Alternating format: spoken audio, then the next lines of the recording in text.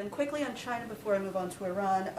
The president said yesterday that he's not ready to lift tariffs on Chinese imports, but the Chinese Ministry of Commerce fired back and said that if he were to do so, it might ease inflation and make things easier for both manufacturers and consumers in China and in the U.S. Is that a tool that he might consider to fight inflation?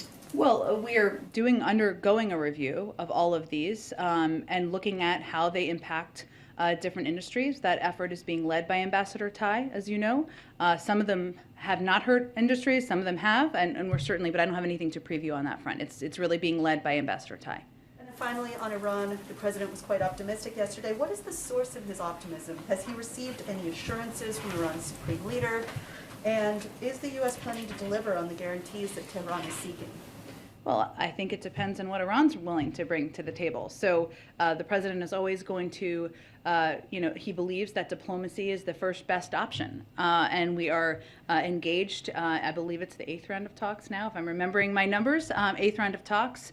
And we are going to see what happens. He also, several weeks ago, asked his team to prepare a range of options as well. So that has also happened. I mean, there are realities, though, here of what we're looking at because of the decision by the last president to pull out of the Iran nuclear deal, which means Iran is much closer to developing the fissile materials they need. We don't have no transparency or visibility as we had when we were in the deal. There have been more attacks around the world on our allies and partners. So there are some realities of the challenging circumstances we're in because of the decision made by the former president. And his team at the time, I would remind everyone, promised they would negotiate a stronger deal, that these things wouldn't happen. That was not true.